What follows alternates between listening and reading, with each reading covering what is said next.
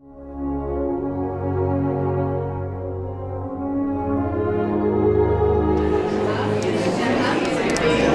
behalf of the Senate Task Force on Academic Rank and Advancement, I'd like to welcome you to our third Academic Rank and Advancement Forum.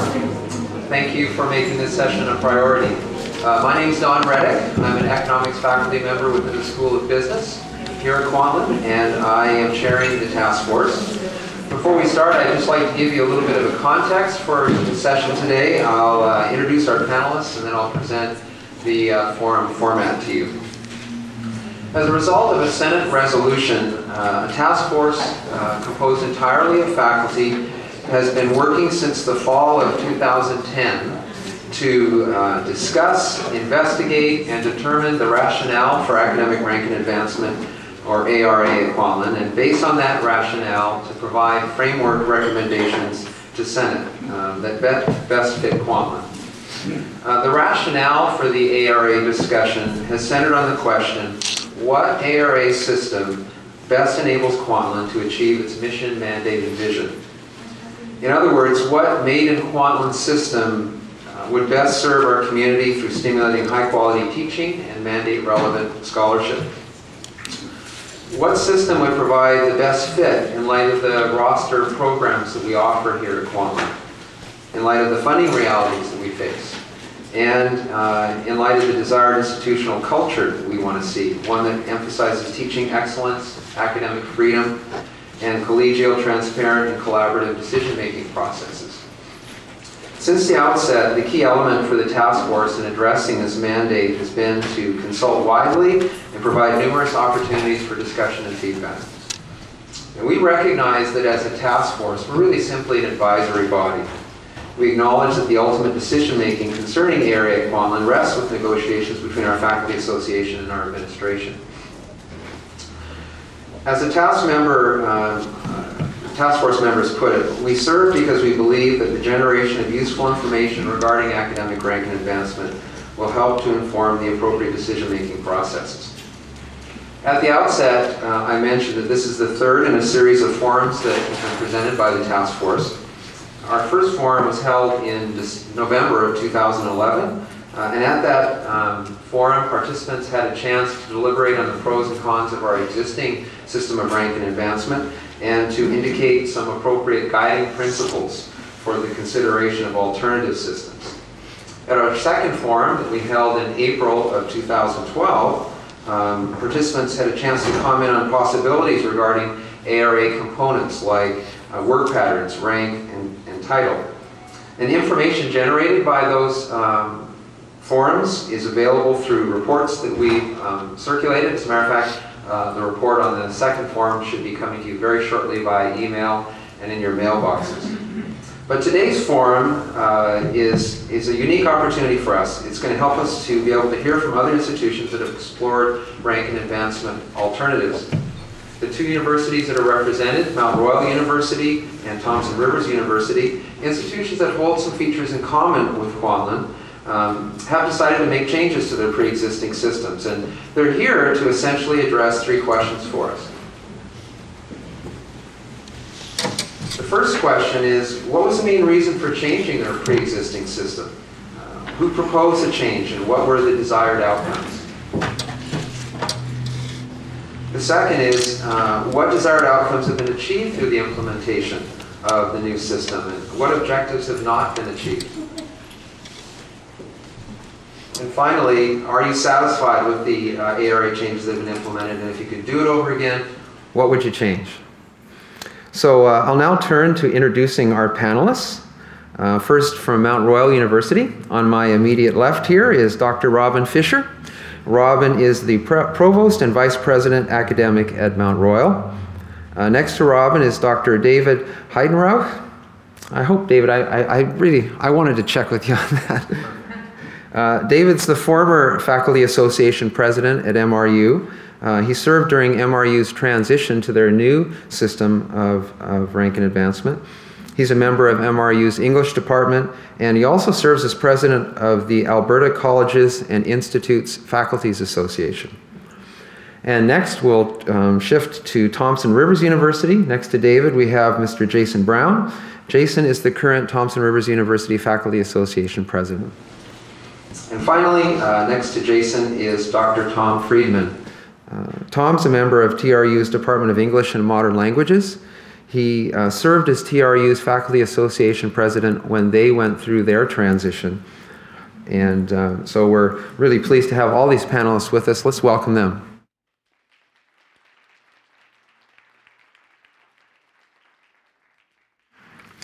Okay, well now let me just talk about our format for today. The format's pretty straightforward. We're going to give the panelists about an hour to present to us addressing the proposed questions. Each speaker will have up to 15 minutes. They may want to work as a team, so we'll give them 30, but essentially in an hour. And then in the second hour, you'll have an opportunity to address questions to the panel. So without any further ado, I think I'll turn things over right away to Dr. Fisher.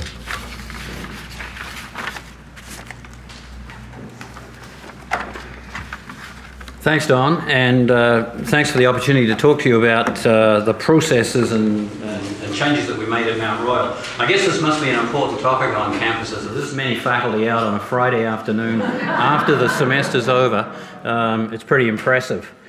Thanks for the invitation, and I guess, but I guess I was in this room about 2 minutes before I realized I'm the odd person out, so I'm not a representative of a faculty association at either of the institutions. I'm the only administrator here, and I'm the only one who's not from English or ESL. So we'll see how that works out. I think it's an exciting thing to be transitioning an institution from college to university. I know Kwantlen's been involved in it for some time. At an earlier point in my career, I was involved in developing a university from scratch at UNBC, and I guess I have concluded that transitioning an existing university is a lot more complicated and difficult than starting from scratch. So at Mount Royal, certainly, it was a fun process for us, but it also presents its challenges.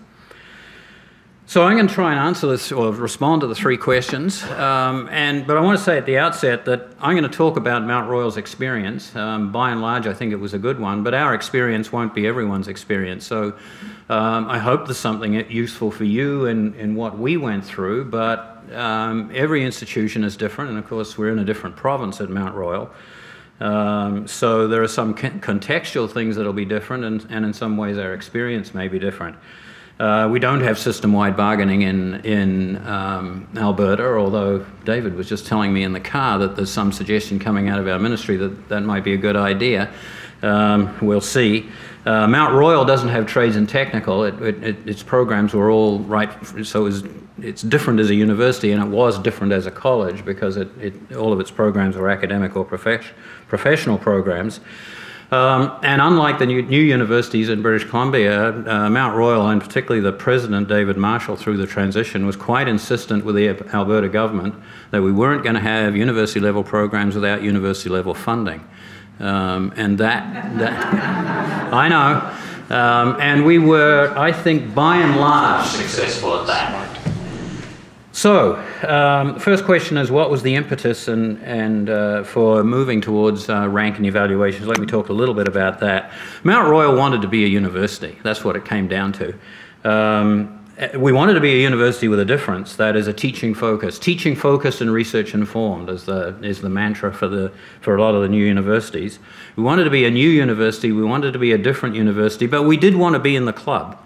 That is, we want to be recognised as a university in the Canadian context, i.e. membership in AUCC. So we moved towards becoming a university, and right throughout that transition, Dave Marshall, in his career in Ontario earlier, before he came to Mount Royal, had written the rules on AUCC membership, so he knew them fairly well, and we planned towards that objective. Mount Royal was 100 years old a couple of years ago, which is old in the Western Canadian context. And it became 100 years old a year after it became a university. So we're a new university, but an old institution, and we've wanted to be a university for a long time.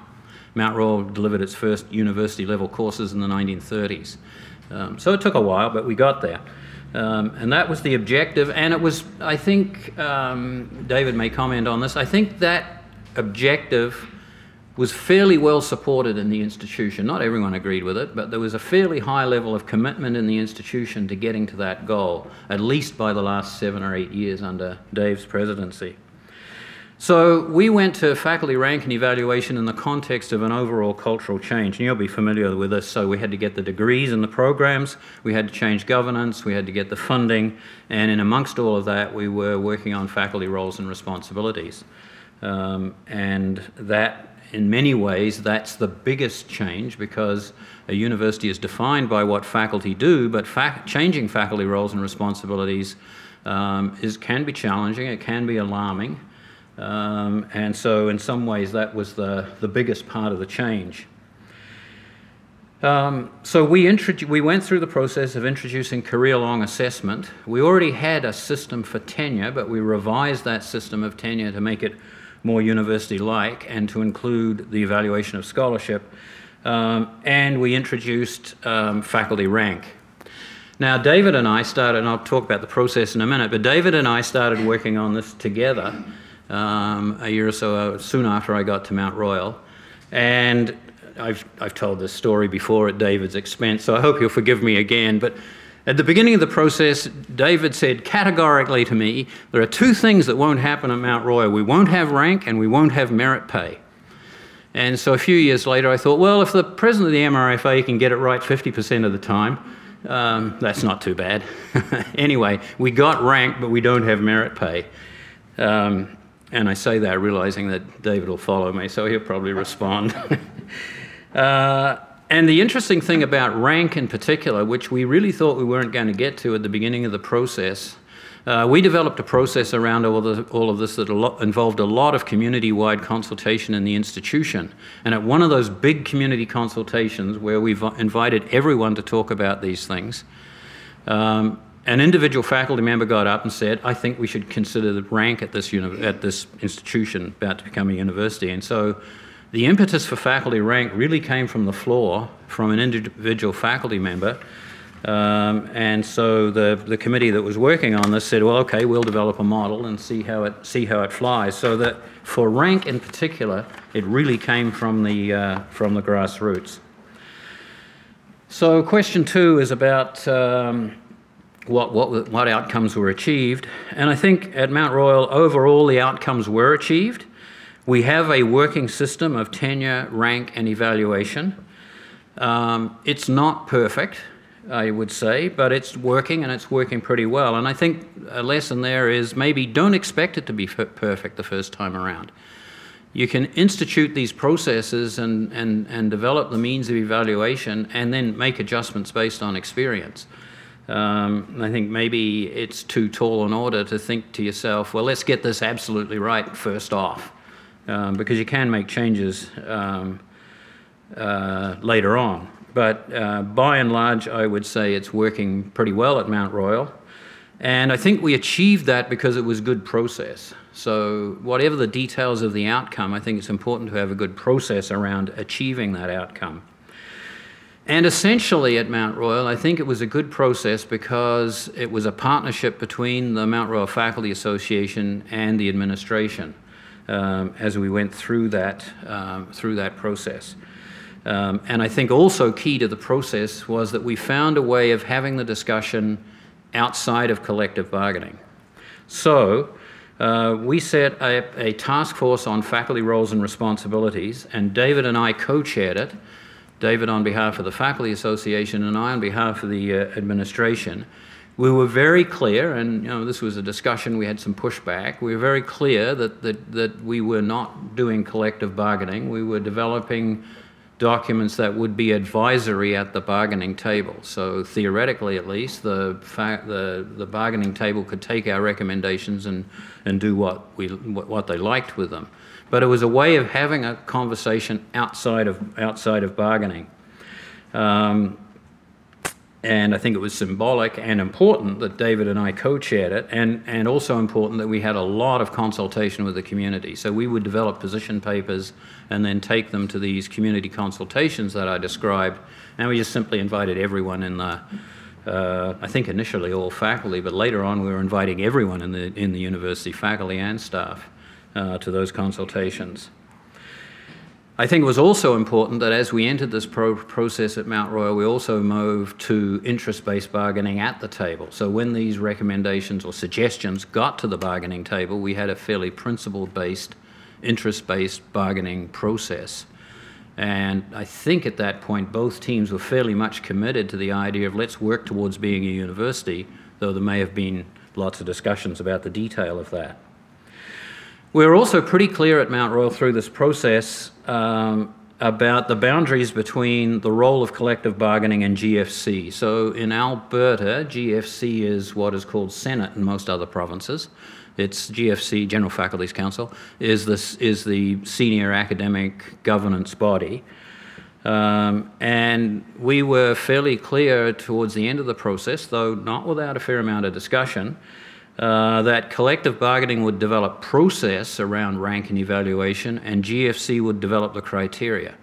And then the criteria were adopted into the collective agreement, but they were essentially formulated through a subcommittee of GFC, or to use, Senate. And one of the reasons why we wanted to go in that direction is that the administration took the position that you didn't want the board. So if criteria were done at the bargaining table, then the board would have a say on the criteria. You don't particularly want the board deciding on academic criteria for academic promotion and evaluation. I think it was also important at Mount Royal that as part of this process, of course, we also moved a lot of faculty from teaching-only positions, essentially, to teaching and scholarship. Though at Mount Royal, we're a teaching-focused university, so the balance of workload, a percentage balance that was also worked out at that task force is 60-30-10, 60% teaching, 30% scholarship, and 10% service. But going on the scholarly stream, that is a job description that includes scholarship, is voluntary for faculty. And I think that was key in relieving a lot of the pressure and anxiety around teaching faculty moving to a scholarly job description. And in fact, something over 70% of our faculty have moved to that, but they had that choice. And I think that mitigated the concern about that change in faculty roles and responsibilities.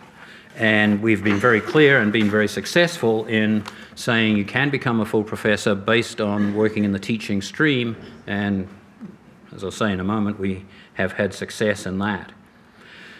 So the final question was, are you satisfied with the changes that we've been implementing? And if you could do it all over again, would you change how you did it? Well, I'm not going to do it all over again. I've done it twice now, and that's enough. But so if you could do it all over again isn't an issue for me. But overall, I think I wouldn't change a lot because it's working. Essentially, it's working and it was successful. I mean, there are always details. As I said, it's not perfect the first time around. There's always details in the process that you change with second thoughts. And there are some small elements in our processes and the way we're doing things that, at least personally, I would like to change, and they will change in subsequent collective agreements. But our colleagues are working through the system. They're making it happen. They're working on the process of making collegial judgments around evaluation and career advancement. Another key in our process is that the collective agreement mandated training workshops for all members of the faculty level, we call them TPCs. What's that? Tenure and Promotion Committees. Yeah, anyway, the faculty level committees, all members have to go through a workshop before they can serve on one of those committees. So we do have a new system of tenure and career-long evaluations. We had a fabulous moment 2 or 3 weeks ago when we had an evening where we recognized the achievements of 16 new full professors. So we have 16 full professors who we've been through that process and promoted those individuals, and it was a great moment for Mount Royal. And we've promoted 16 full professors in the context of teaching being primary. And all of those full professors are fabulous teachers. Whatever else they're doing in terms of scholarship, they have to be fabulous teachers. But they're also full professors who would be credible in any university. So I think we have been successful, at least to that extent. And I think just one final thought perhaps. I think what was important in Mount Royal through the process of all of this change is that we were very clear that we weren't going to jettison the essential characteristics of Mount Royal as a teaching-focused university through all this cultural change. So there was a level of continuity that reassured colleagues that we weren't throwing the baby out with the bathwater. I was thinking about this morning when I was kind of thinking about what I was going to say. And in Alberta these days around infrastructure, there's a lot of talk about 3P processes, PPP processes. This was a 3P process: partnership, process, and participation. Thanks very much.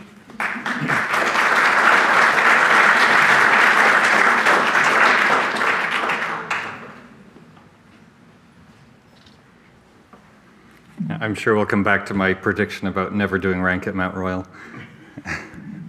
So thanks for having us. I'm happy to come and talk about this. This was really an extended process at Mount Royal, and I think we probably worked for 3 years, week in and week out, around how you get the conversation to the point where you're able to make the collective agreement changes and other systemic changes to the institution. In terms of the question about impetus, I want to start at a strange place, which is maybe to give you a brief career history and not to be self-indulgent. But I came to Mount Royal in 1997 after teaching university transfer at a regional college in Newfoundland. And during my interview process, I was assured by various people that we would be a university within 2 years, and by other people that the university's been, that Mount Royal had been aiming towards this status for 5 years and it would never happen. And so, you know, we lived this kind of double existence of uncertainty about what it would mean if we became a university and how we would achieve that. And just to talk a little bit more about my career experience. So I started at Mount Royal, and at the time we had a 3-year tenure process which involved fairly intensive evaluation by students, by colleagues in your own department, by colleagues from other departments. And once you had completed this process of having something like 6 or 8 evaluations a year, after 3 years, if you received tenure, it was essentially the last time you were formally evaluated on any piece of your performance at Mount Royal. And that created a couple of issues, and I'll come back and talk about the process. But as we got into some of our conversations with faculty generally about issues of rank and performance and what it meant to be university faculty, one of the things I found was there was a surprising level of resentment about colleagues who were seen as not fully contributing to the institution. Because once you'd proven your capabilities after 3 years, you could potentially be there for the next 27 years and contribute less and less. And there was this odd level of friction about it that I hadn't been aware of at the time we started this process.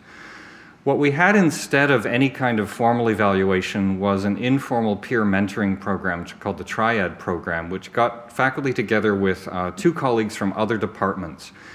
And that worked very well in the small institution that Mount Royal was when I arrived there. I think when I got to Mount Royal in '97, we had maybe 120 full-time faculty, and we're well over double that now. I wouldn't even want to guess on the number, but we've got to be close to 300. Yeah, sorry, 350 now. So, you know, we were a small town environment where my experience was that I knew faculty from every division of the university or from the college at the time. I had direct working relationships with people from all different units. We had this triad arrangement where we were deliberately connected up with people with more and less experience of the institution and so on.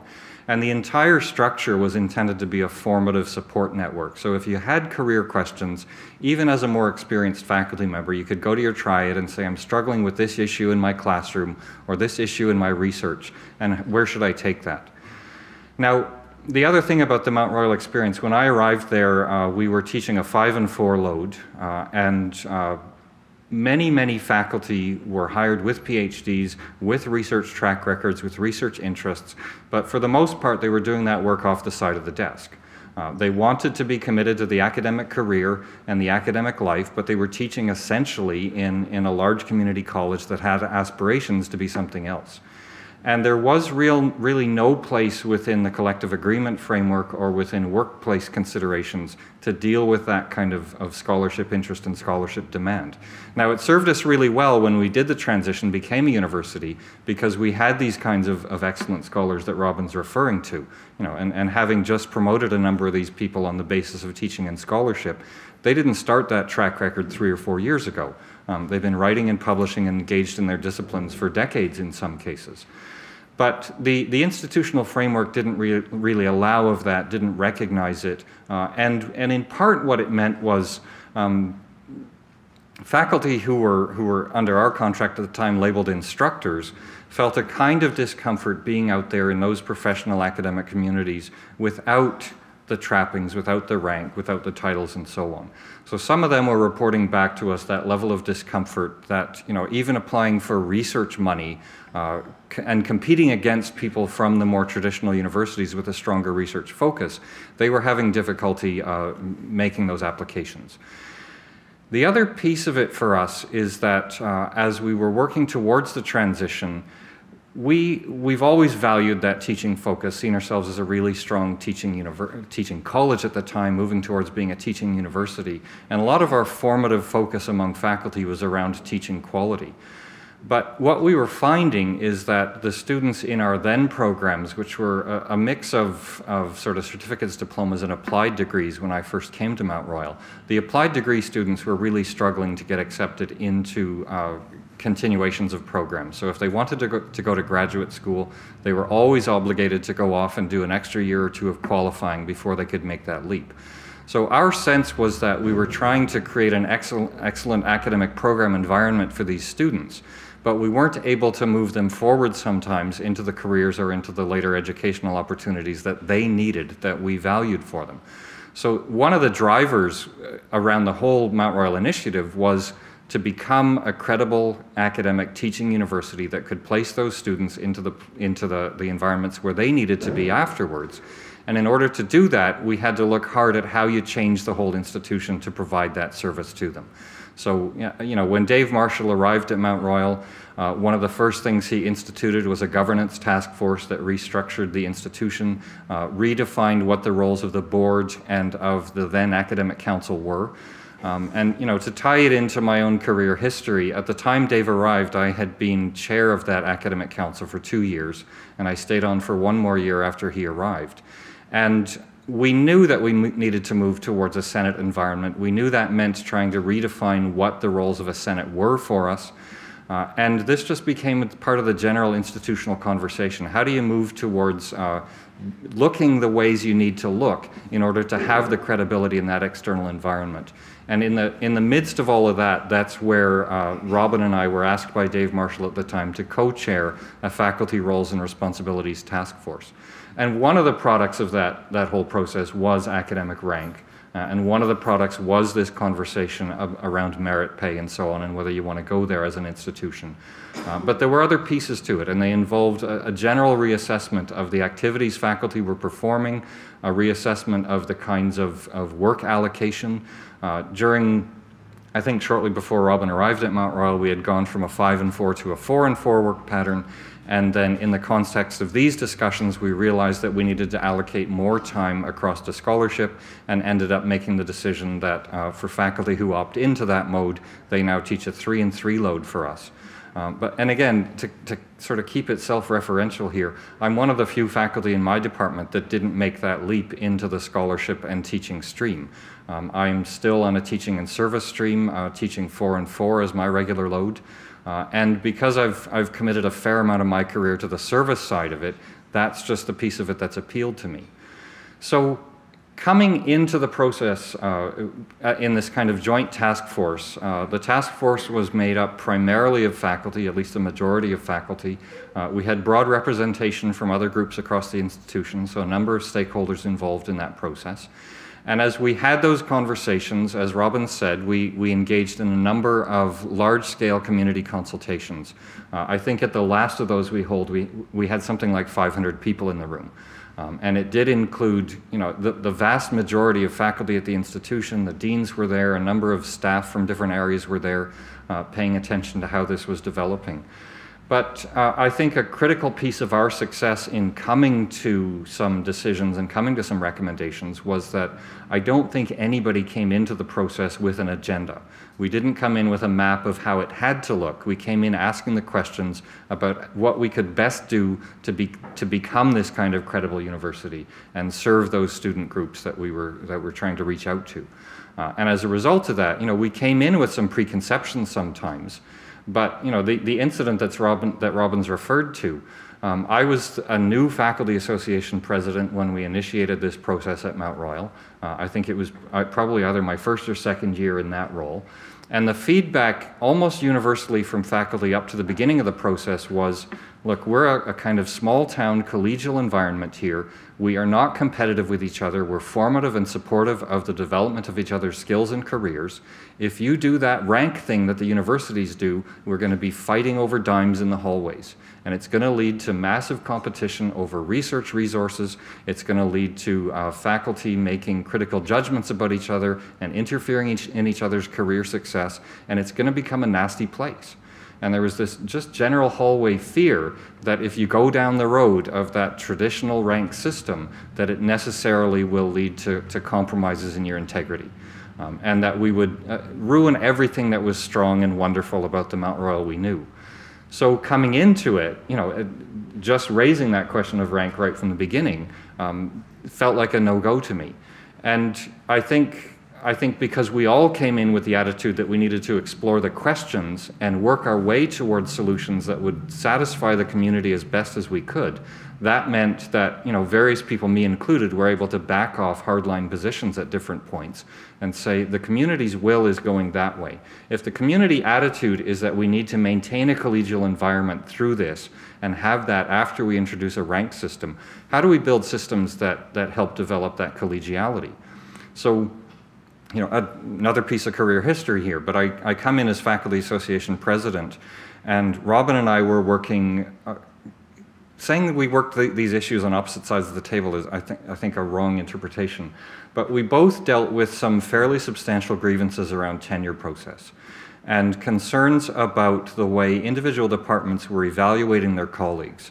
And that maybe doesn't obviously link in with academic rank and promotion, but ultimately it does, because if you don't have the collegial processes in place where people understand clearly what their responsibilities are to each other and how you conduct a fair process and so on, then you can't do this without causing harm to the institution.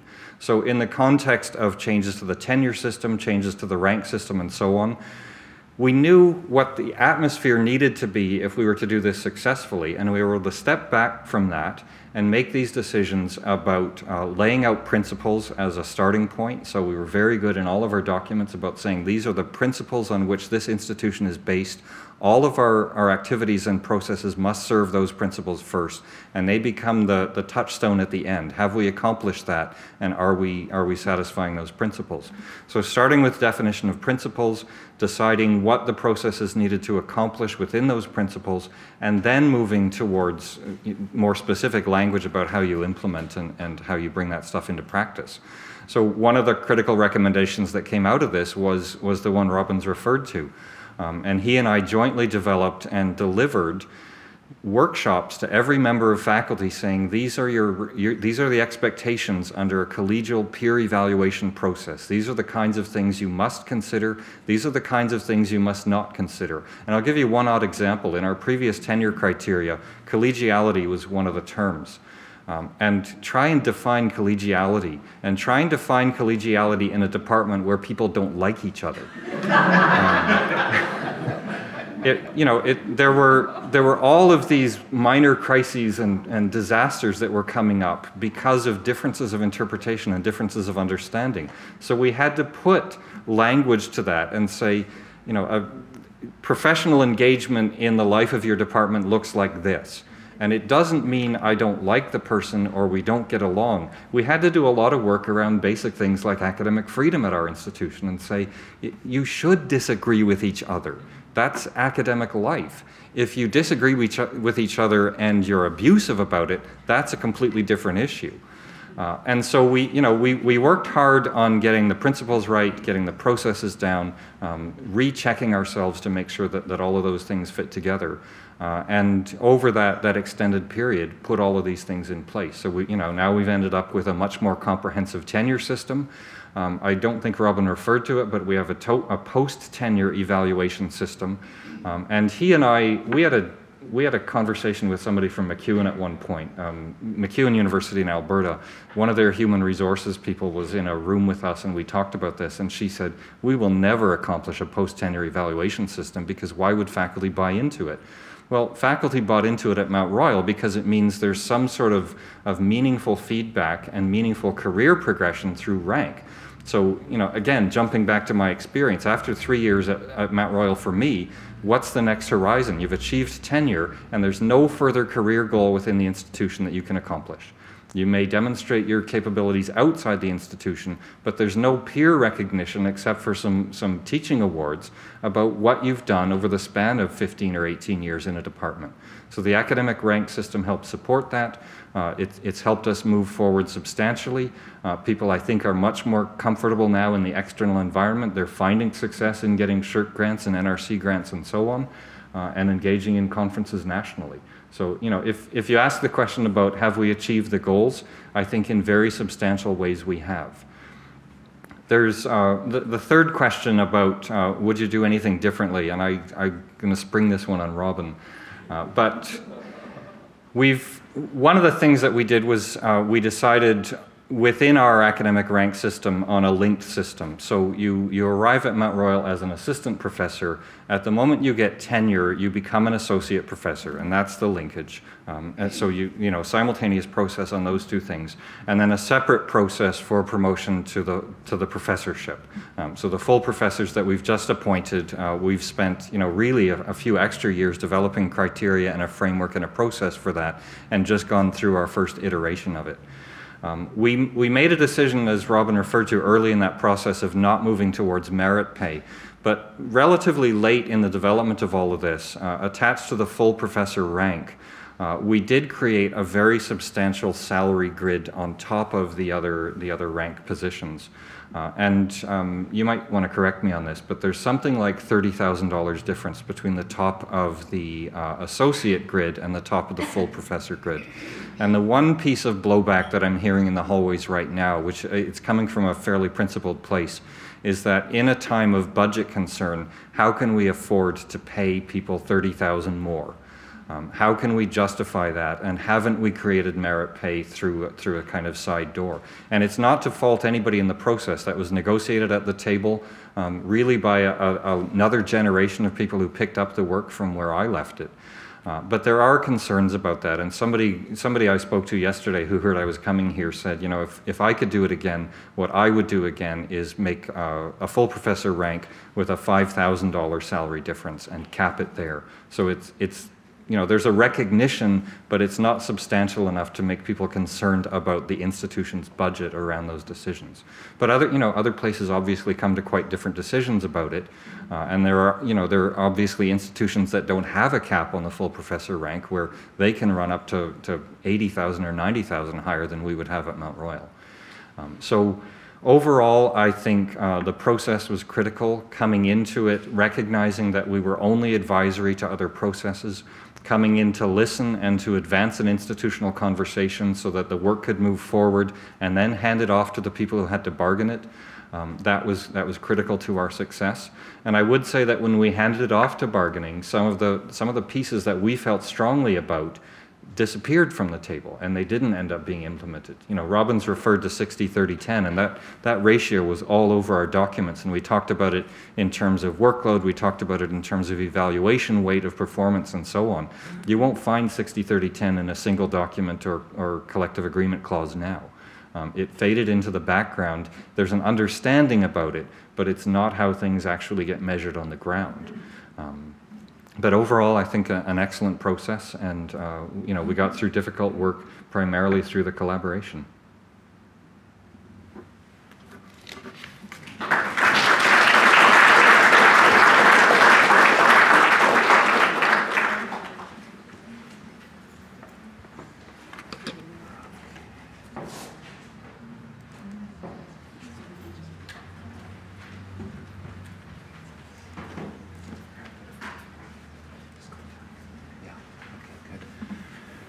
Thank you to Dawn and to the task force for the invitation to come and share our Thompson Rivers University experiences. I'm going to begin. I was the president during the period in which our institution transferred to university status.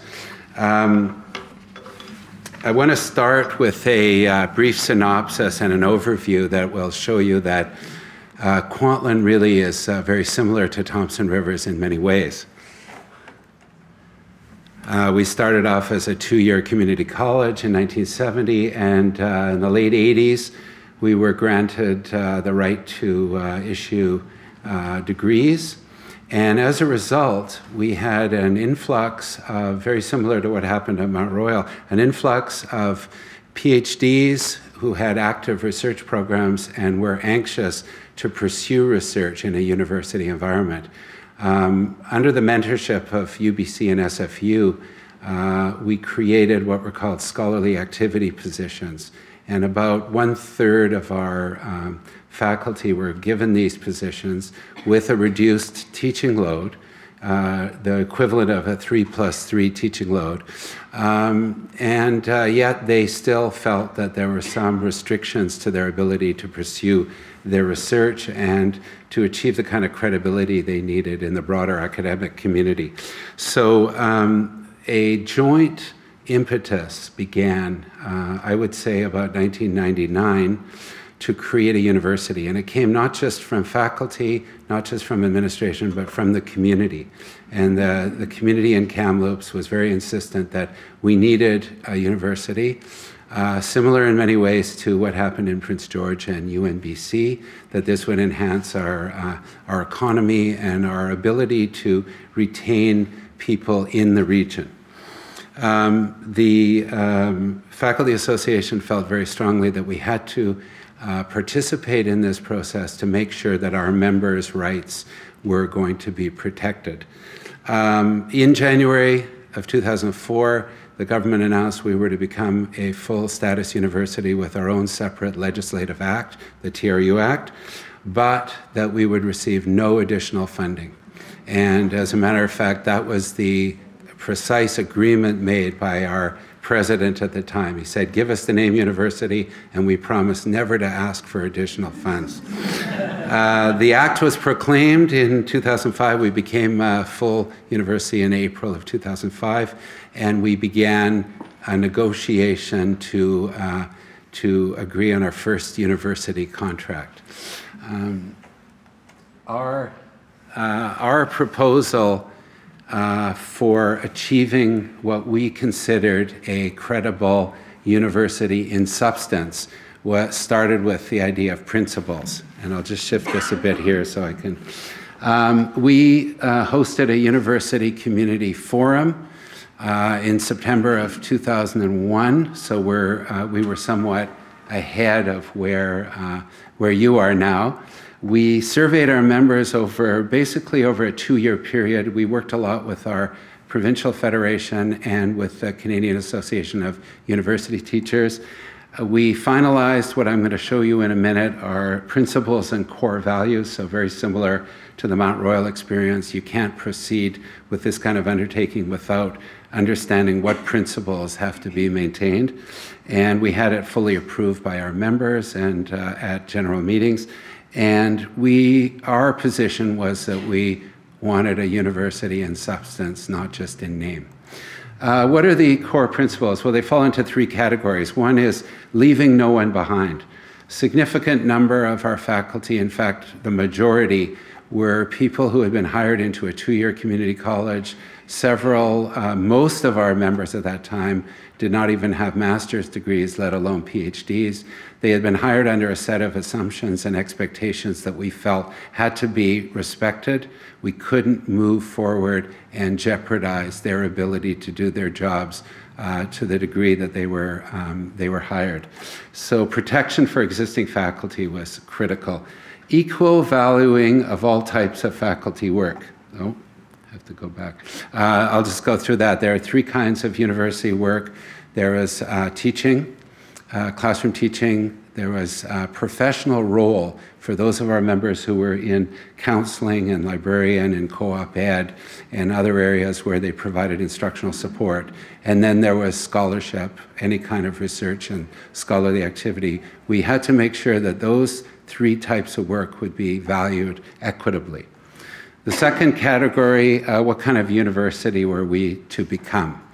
We wanted to make sure that, like Mount Royal, the institutional identity was not lost in this headlong move to university. We wanted to make sure that we remained a comprehensive institution with full university preparation, ESL, access to workplace training, trades and technology. We wanted to ensure that all those things were maintained, and we wanted to make sure we maintained an integrated program so students could move from certificates through diplomas to degrees. We didn't want to lose that essence of our identity. Regional responsibility. We had a mandate to serve the educational needs of our region. We didn't want to lose that focus, and in fact, the TRU Act itself gives us a regional mandate.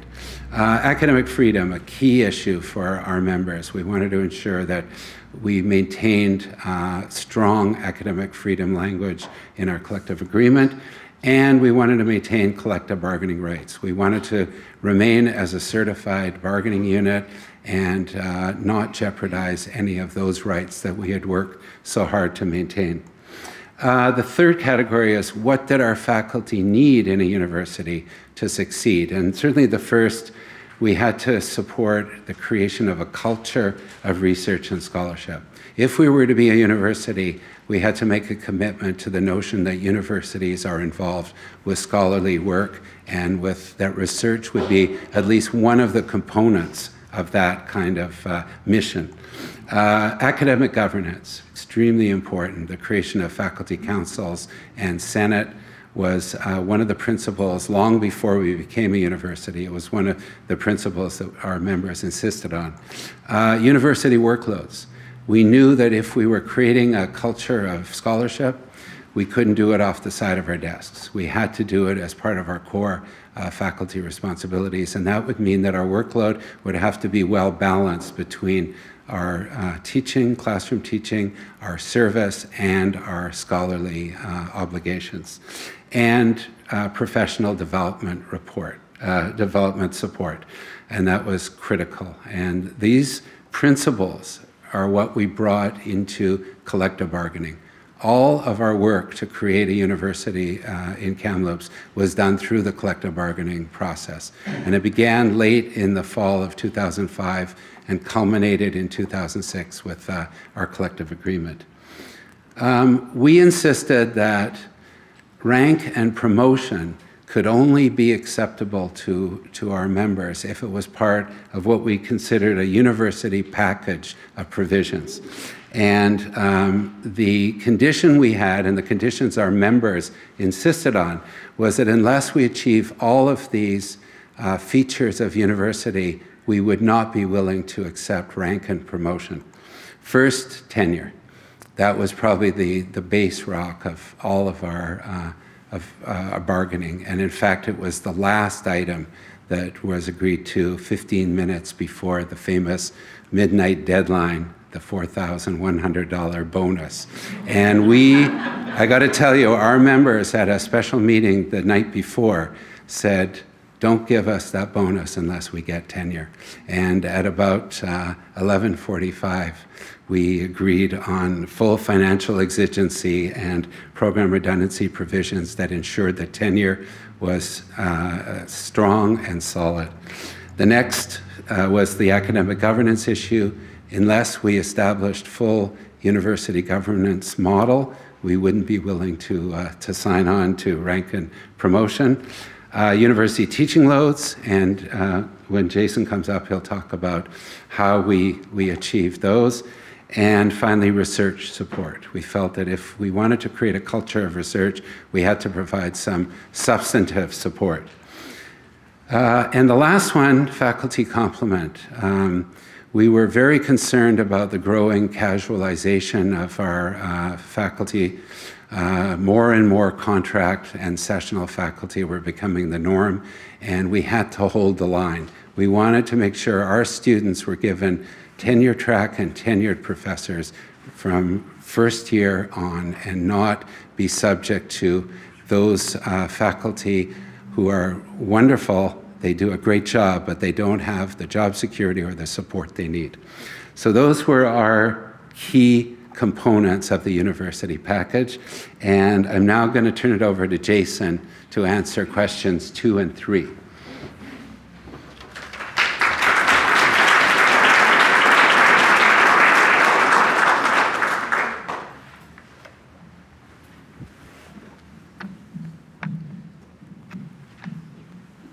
Thanks, Tom. Okay, so I'll carry on where Tom left off.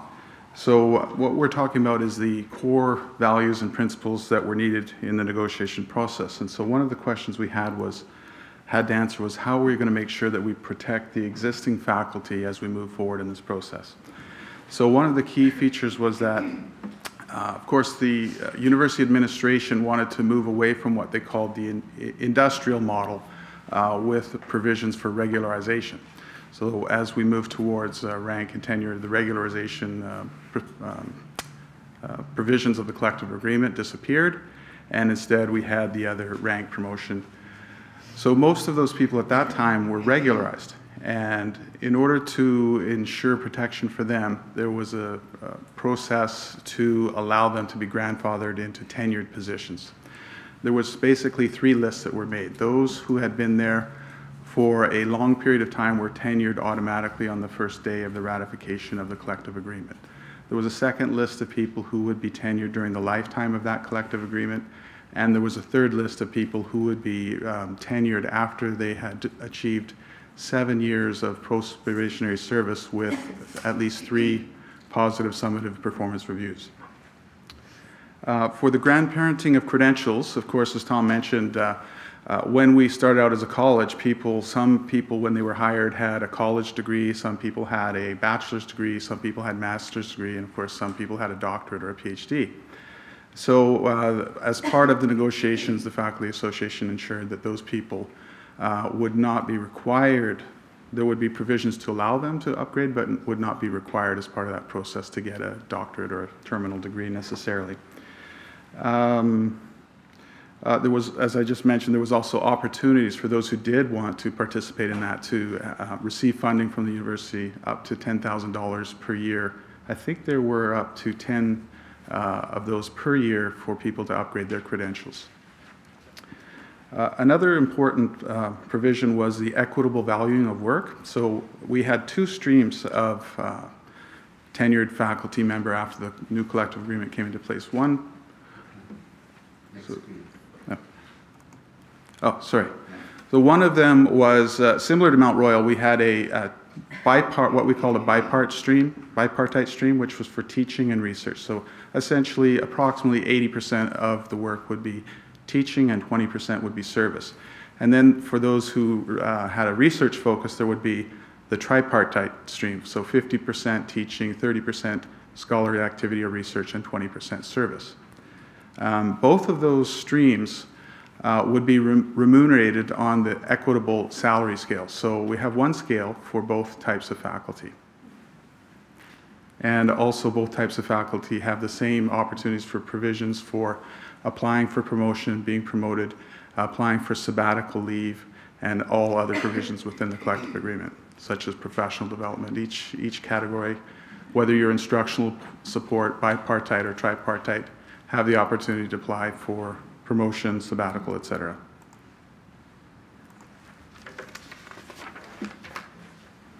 So as we move towards the university status, the teaching loads was one of the most important things was to have a university teaching load. So faculty who had the research component would teach 5 courses per year, 3 in one semester normally and 2 in the other semester. And those who didn't have research or scholarly activity as a required component of their work would have 4 courses that they would teach per semester normally. As Tom mentioned, there was also the provision for faculty complement. This What this meant is that we tried to ensure that at least 70% of all full-time faculty across the university would be tenured, and this allowed up to 30% to be what you would call here non-regular, whether it's a sessional, continuing sessional, or limited term. Oh, thanks, Tom. Yeah. And this is across the university. However, there was some flexibility because within each faculty, school, or division, you could have a lower ratio. You could have 60% who are tenured, tenure track, or continuing, and 40% who would be non-regular. One of the other provisions that we had to ensure was that there would be support for research and scholarly teaching. So one of the aspects to support this was the implementation of sabbatical leave. Each faculty member also had access to a professional development fund, and we've now established an internal research fund as well. I think the total amount is $30,000 per year, which would be competitive basis to get access to those funds, and it would be open to both bipartite or tripartite members. In terms of how the promotion process works, a faculty member who is getting ready to apply for promotion would put together their portfolio, and there would be 2 levels of committee that would evaluate their portfolio and their candidacy. One was at the faculty level, and one was at the university or senate level. And the makeup of those committees are, you would have to have at least 2 people from within your specialty teaching area, your profession, and then there would also be, the dean would chair those committees at the faculty level, the provost at the senate level, and there would be colleagues from other departments as well on the committee evaluating the portfolios. Within the collective agreement, we have extensive provisions that outline the processes for applying and for the whole tenure and promotion process, including the grievance process and appeal, possibility of appeal. The grievance is only allowed if there's a procedural error in the process, and however, appeal would be one of the routes that could go if there was the member felt that there was something. But Tom, when would the appeal be used? If there's a procedural error. If there was a procedural error. Okay. And as I mentioned, there would be a faculty association representative on each of these committees to ensure that the committee was following the collective agreement provisions. In terms of the standards that people had to meet in order to be promoted, these were developed within each department, and they were sent off to the Senate committee for review. The Senate committee would then send back their feedback if changes were needed, and often multiple revisions of the document went back and forth between the Senate and the department until they were agreed to be acceptable by the Senate. Okay, so just some statistics about what's happened since this process has been placed at TRU. Over the 3 years, might as well put them all up, Tom. Sure. 2009, 10, and 11, approximately each year there have been 25 applications on average. Some were for tenure only, some were for tenure and promotion. No tenure application has been turned down. Some promotion applications were. So the statistics are there in terms of in 2009, 4 applications for promotion were denied, and in 2011, 4 were denied. None were denied in 2010.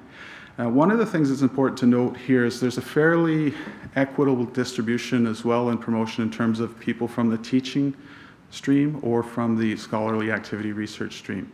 So a number of the teaching positions have applied for promotion and achieved promotion. You see that we call it here senior lecturer. Under 2011, we can see that 11 senior lecturers were promoted. That would be a person on the bipartite stream who is going from the lowest ranked lecturer to apply for promotion to senior lecturer.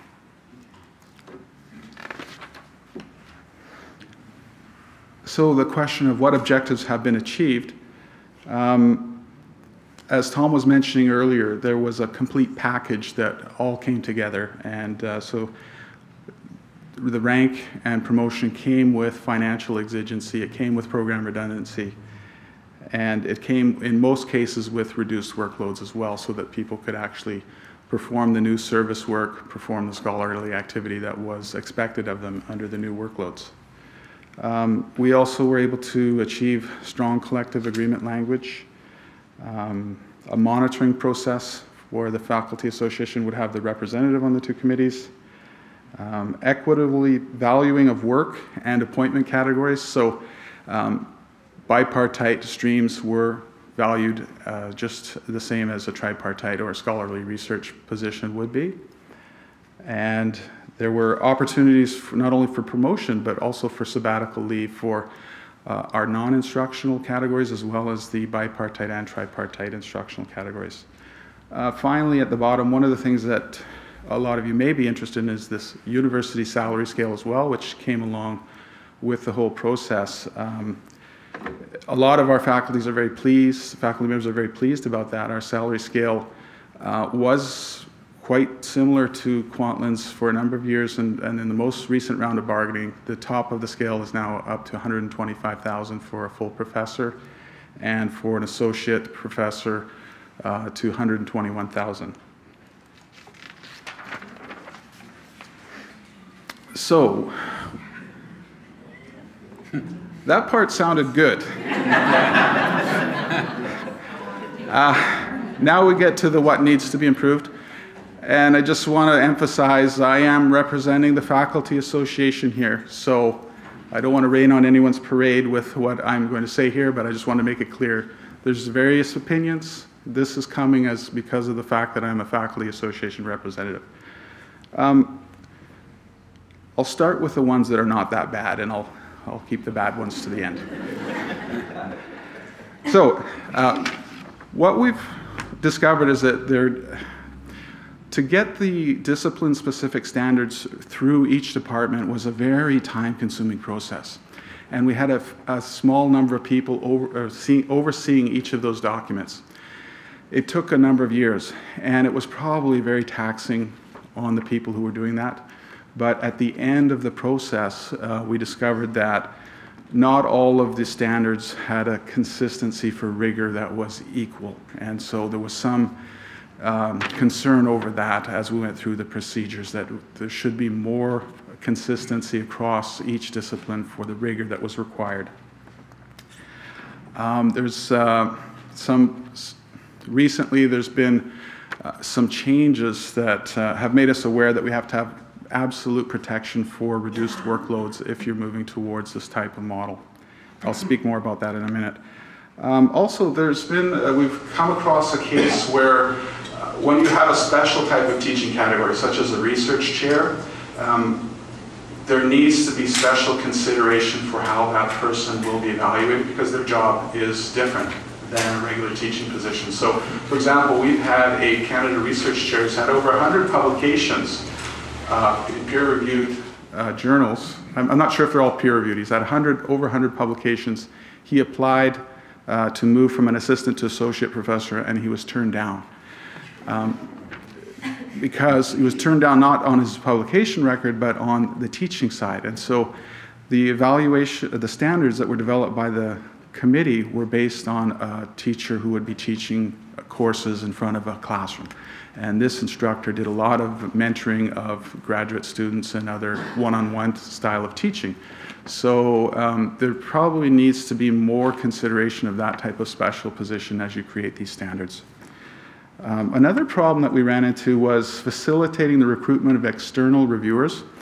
What I mean by that is, when you're new to this, a lot of our people weren't sure what needed to go into their portfolio. Some people were creating portfolios that were, I heard, up to 3,000 pages long. Now, if you imagine you're an external reviewer and you have 3,000 pages drop on your desk and you're asked to analyze it. So a lot of people were rejected and said, no, I'm sorry, I can't review this.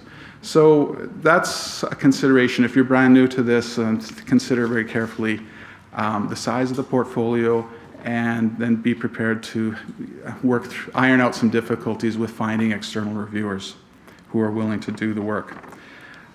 What we've also found after 3 years is we had our equity committee on our faculty association and our women's committee analyze who had been promoted to the various ranks. And what we've discovered is that, especially at the higher ranks, at the professor level, it was mainly men. And as a matter of fact, my colleague here, Cindy Friedman, has pointed out to me that there was only one woman who has been promoted to the level of professor through the usual process, although we have had an administrator who was appointed female as a professor. So it's, I can't explain why that is, but we have to be cognizant that there are sometimes these differences, and maybe you, as you work through the process, you'll figure out how to avoid that. Finally, the whole question of post-tenure review. This is something that's becoming a very heated topic at our university right now. We don't have provisions in the collective agreement for post-tenure review. However, deans across the campus have recently started to apply the heat, shall we say, to tripartite faculty who have research as part of their workload. And so, for example, we've had, there's in our arts faculty, I'll just talk about our arts faculty. That seems to be where we're having most difficulty right now. We've had 11 of our tripartite people told that they were underperforming by their dean and asked to come in to review their performance. One of the first things they were told was that they were recommended to switch to the teaching stream, the bipartite stream. For those who didn't agree to do so, the evaluation continued. And as the Faculty Association worked together with the university to try to determine exactly what standards were being used to evaluate the faculty, there was no clear agreement for both sides. So, for example, the dean was telling some of these faculty members that they need to apply for promotion, and that in order to apply for promotion, they should be reaching the standards of the rank above their current rank. And of course, there's disagreement on that. So it's kind of a messy process. We're working through that right now and trying to get that clarified. There's probably going to always be growing pains in these type of processes. Something else that I just thought I would point out, and again, I don't want to rain on anybody's parade, but it's extremely important as you work through this type of process that you have clarity in your collective bargaining process.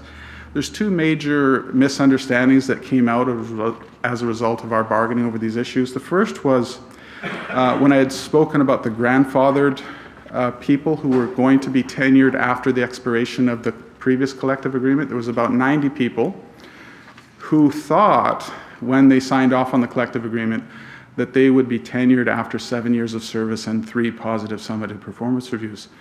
About a year after that agreement was signed, the administration said, no, that's not our understanding, I'm sorry, there's a misunderstanding here.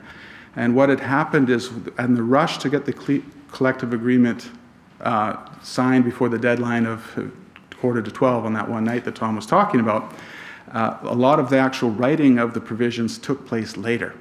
And the actual transition letter of understanding was in the back of the collective agreement, and it had an expiry date at the top of it.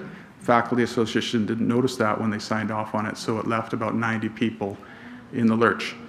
And then, so what happened is that bargaining for those people took place in the next round, and of course in the bargaining table, you have to give up a lot to get something like that. So that was one of the major misunderstandings. Another major misunderstanding is that we've had 2 areas, ESL and University Prep, which had signed off on the agreement in 2006, thinking that the workloads would be reduced to reflect the new expectations of the university model.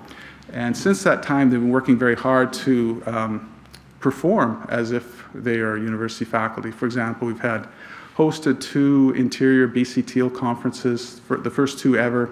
Next year, TRU, or in this fall, we'll be hosting the TESOL Canada Conference, which is the most prestigious ESL conference in Canada. And they've been working under a new workload model since 2006, which is the same as other semesterized programs, 4 and 4 courses. But they were just told within the last month that as of September, both of these departments, people will go back to a vocational teaching model, which would be more than 11 courses instead of 8. So they're feeling quite betrayed by the fact that they've worked so hard. A lot of these people started their PhDs, done their doctorates. Some of them are in the middle of their doctorates, and they've been given 3 months' notice that you'll go to the new workload, and they won't, if that remains in place, they won't be able to complete their graduate studies even though they're in the middle of them. So I guess the point there is make sure you have absolute clarity as you bargain these provisions going forward so that you know what you're getting and what you're not getting. Thank you.